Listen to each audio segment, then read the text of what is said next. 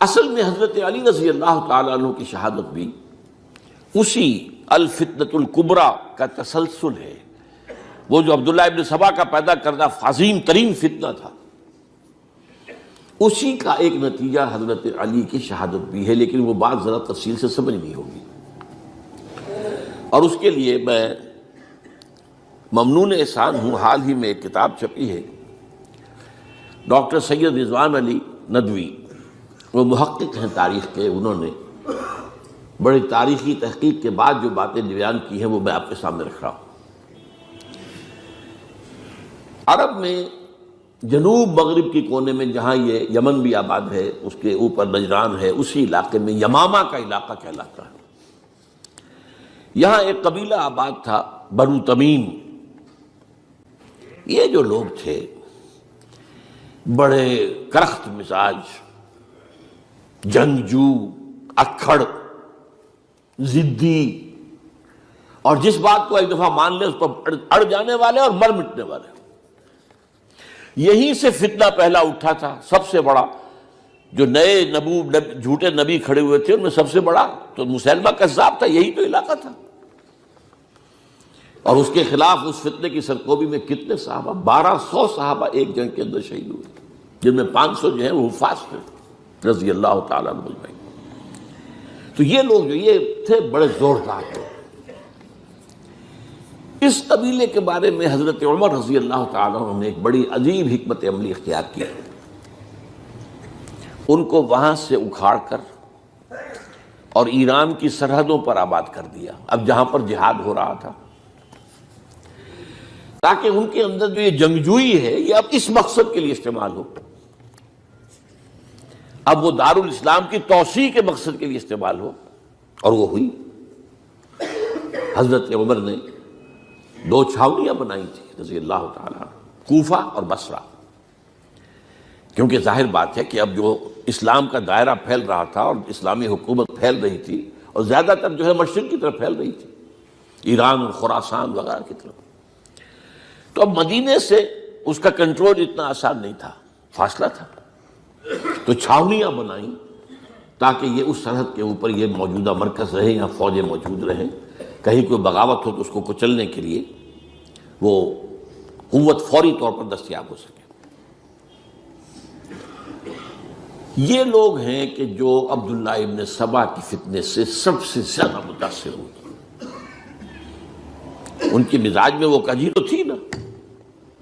حضرت عمر بھی ان کا جو ایک مضبوط کنٹرول تھا انہیں دبائے رکھا ہے، اور ان کا رخ جو ہے ایک دوسری طرف موڑ کر اس سے اسلام کو فائدہ پہنچایا۔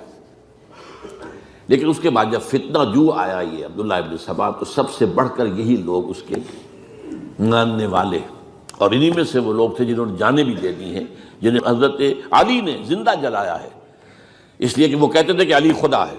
اے علی تم خدا ہو، تم ہمیں آگ میں جلا رہے ہو، یہ تو تم ہمارا امتحان لے رہے ہو۔ وَلَنَبْلُوَنَّكُمْ بِشَيْءٍ مِّنَ الْخَوْفِ وَالْجُوعِ وَنَقْصٍ مِّنَ الْأَمْوَالِ وَالْأَنفُسِ وَالثَّمَرَاتِ، اب وہ اس آیت کو اپنے اوپر منطبق کر رہے ہیں۔ تو یہ جو کرخت لوگ تھے، انہوں نے در حقیقت جو ہے عبداللہ ابن سبا کے کردار میں سب سے بڑا رول پلے کیا، اور انہی کے ہاتھوں حضرت عثمان شہید ہوئے رضی اللہ تعالیٰ۔ اور اس کے بعد انہوں نے حضرت علی رضی اللہ تعالیٰ عنہ کو اپنے گھیرے میں لے لیا، کیونکہ انہی کی کثیر تعداد موجود تھی مدینے میں جب حضرت عثمان شہید ہوئے۔ اس کے بعد اب ظاہر بات ہے کہ کوئی نہ کوئی تو خلیفہ ہونا چاہیے تھا۔ حضرت طلحہ سے کہا گیا، انہوں نے معذرت کر لی، حضرت زبیر سے کہا گیا، انہوں نے معذرت کر لی۔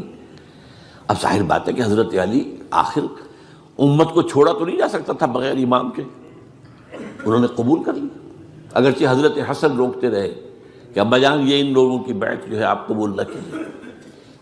حضرت حسن تو ان میں سے ہے جو حضرت عثمان کے دروازے پر کھڑے تھے پہرے دار کی حیثیت سے، حسن اور حسین رضی اللہ تعالیٰ عنہ، انہیں تو معلوم تھا فتنہ جو کون لوگ ہیں۔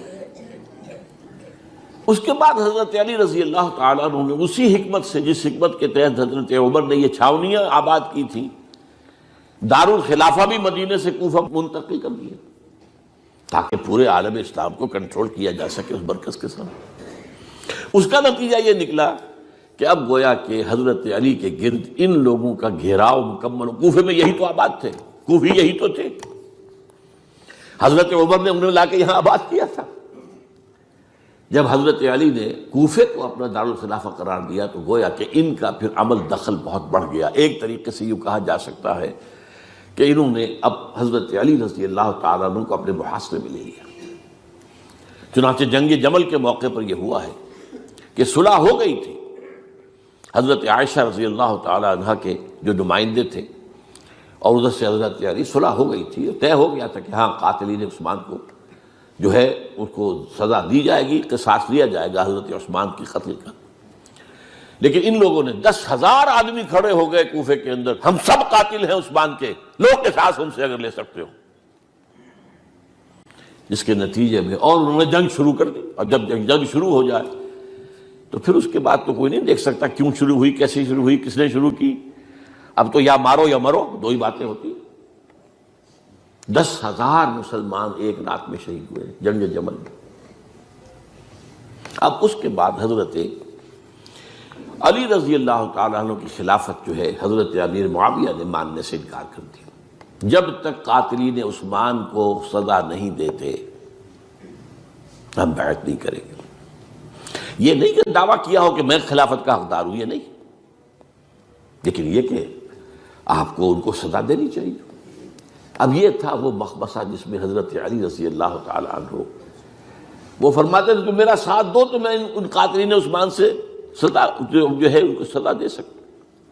ادھر انہیں پتا تھا کہ میں سرنڈر کرتا ہوں تو مجھے علی تک تو پہنچنے کوئی نہیں دے گا، راستے میں ختم کر دیں گے رضی اللہ تعالیٰ عنہ۔ تو یہ پیچ تھا ایک جو ایسا پڑا ہے۔ اب اس میں جب حضرت معاویہ اور حضرت علی کے مابین فیصلہ کن جنگ ہوئی، جنگ صفین جسے کہتے ہیں، جس میں 70,000 مسلمان ایک دوسرے کی تلواروں، تیروں، نیزوں سے قتل ہوئے۔ اس موقع پر حضرت معاویہ کی طرف سے ایک آفر آئی، قرآن مجید کو نیزے پر اٹھا کر لوگوں نے کہا کہ یہ خون ریزی بند کر دو، ہم قرآن کا فیصلہ ماننے کو تیار ہیں۔ حضرت علی دیکھ رہے تھے کہ یہ اصل میں میری فتح کو شکست سے بدلنے کا پروگرام ہے، تقریباً فتح میری ہو چکی ہے۔ لیکن یہ جو طبقہ تھا یہ انہوں نے کہا نہیں، بڑی ٹھیک بات کہہ رہے ہیں وہ، مانیے ان کی بات، جنگ بند کی۔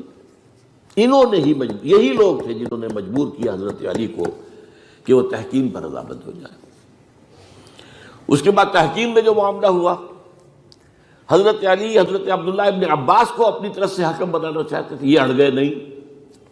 یہ اڑ جانے والے لوگ، اور یہی اصل قوت تھے، وہاں ساری طاقت کوئی نہیں کی تھی۔ تو انہوں نے ابو موسیٰ اشعری کو اپنی طرف سے مقرر، وہ بہت نرم خو آدمی تھے، انہیں برابر۔ بہرحال جو بھی بات طے ہوئی، اب تاریخ کی روایتوں میں اختلاف ہو سکتا ہے، کہا یہ جاتا ہے کہ طے تو یہ ہوا تھا حکمین کے مابین، ادھر سے ابو موسیٰ اشعری، ادھر سے عمرو بن العاص رضی اللہ تعالی عنہما، کہ آپ اپنے جو کلائنٹ ہیں حضرت علی آپ انہیں معزول کر دیجئے، میں معاویہ کو معزول کر دیتا ہوں، پھر جو ہے مسلمان فیصلہ کر لیں کسی اور کی عبادت۔ انہوں نے کھڑے ہو کے کہہ دیا میں علی کو معزول کرتا ہوں، اور عمرو بن العاص نے کہا کہ میں معاویہ کو قائم کرتا ہوں۔ اب یہ ہے روایت، واللہ عالم، اس میں کتنا سچ ہے کتنا جھوٹ ہے، میں کوئی مورخ نہیں ہوں، میں کوئی تاریخ کا محقق نہیں ہوں۔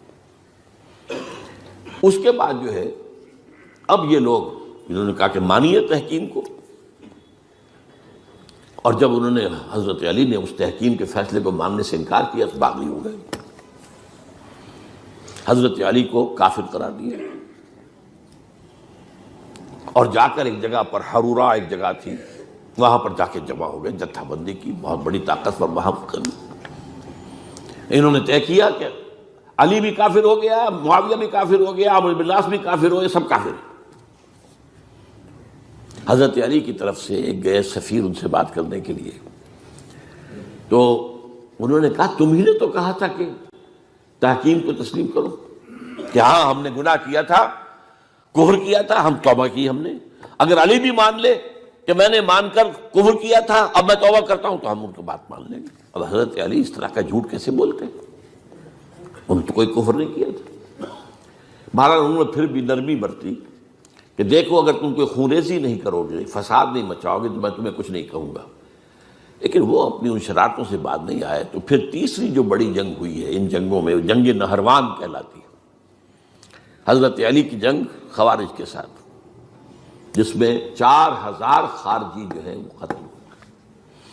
اور یہ بات اب آپ نوٹ کر لیجئے کہ یہ لوگ جیسا کہ اکھڑ بھی تھے لیکن اپنی بات پر ڈٹ جانے والے تھے، لیکن ساتھ ہی دیندار بھی تھے، نمازی اور روزہ دار بھی تھے۔ یہ اس طرح کے لوگ نہیں تھے کہ جو فاسق اور فاجر ہو، بس یہ مزاج کا ایک ہے، جو بات دل میں بیٹھ گئی اڑ گئے۔ تو یہ اصل میں انہوں نے پھر فیصلہ کیا کہ اور تو ہمارے بس میں اب کچھ نہیں ہے، ان تینوں کو قتل کر دیا جائے، علی کو بھی اور معاویہ کو بھی اور عمرو بن العاص کو بھی۔ تو ایک جگہ ان کی سازش ہوئی، 3 آدمی معین ہو گئے، ایک ہی وقت کا طے فیصلہ ہو گیا، فلاں تاریخ کو فجر کے وقت تم جاؤ، وہ تم کوفے کی جامع مسجد میں، جب علی نماز جماعت کرا رہے ہو خنجر مارو انہیں۔ اور یہ اس کا نام ابن ملجم تھا، خارجی، یہ وہی لوگ بنو تمیم کے لوگ۔ دوسرا جو تھا وہ دمشق میں حضرت معاویہ کو قتل کرنے، شہید کرنے کے لیے پہنچ گیا۔ تیسرا مصر پہنچ گیا حضرت عمرو بن العاص کو۔ اب یہ بات اللہ کی طرف سے ہے، یہ تو اس کی مشیت ہے، اس کا فیصلہ ہے۔ حضرت علی پر وار کارگر ہوا، اب شہید ہو گئے۔ حضرت معاویہ پر وہ وار ذرا اوچھا پڑا، زخمی تو ہوئے لیکن آپ کی جان بچ گئی۔ عمرو بن العاص اس روز مسجد میں کسی معذوری کی وجہ سے، عذر کی وجہ سے فجر میں آئی نہیں سکی، لہذا حضرت علی کی شہادت ہو گئی۔ اب یہ ہے اصل پس منظر، کن لوگوں نے کیا شہید، اصل میں وہ سمجھ لینے کی بات ہے۔ یہ خوارج نے شہید کیا، لیکن خوارج کا فتنہ سبائی فتنے ہی کا آف شوٹ ہے، اسی کے ذیل میں ہے، اسی کی ایک شاخ ہے، اسی کا ایک نتیجہ ہے۔ یہ خوارج جو ہے بعد میں بھی ان کی مسلسل جو ہے وہ جنگیں رہی ہیں۔ بہرحال اس صورتحال کو یہ سمجھ لیجئے کہ یہ خلفائے ثلاثہ رضی اللہ تعالی عنہ، حضرت عمر شہید، عثمان شہید، علی شہید۔ عجیب بات ہے کہ تینوں کا نام عین سے شروع ہوتا ہے، عمر عین سے، عثمان عین سے، علی عین سے، تینوں شہید ہوئے ہیں۔ لیکن یہ کہ یہ ہے تاریخی پس منظر۔ رب رب کر دے بڈھے ہو گئے اتے ملا پنڈت سارے، رب دا کھوج کھرا نہ لبا اتے نہ کیتے بئی نظارے۔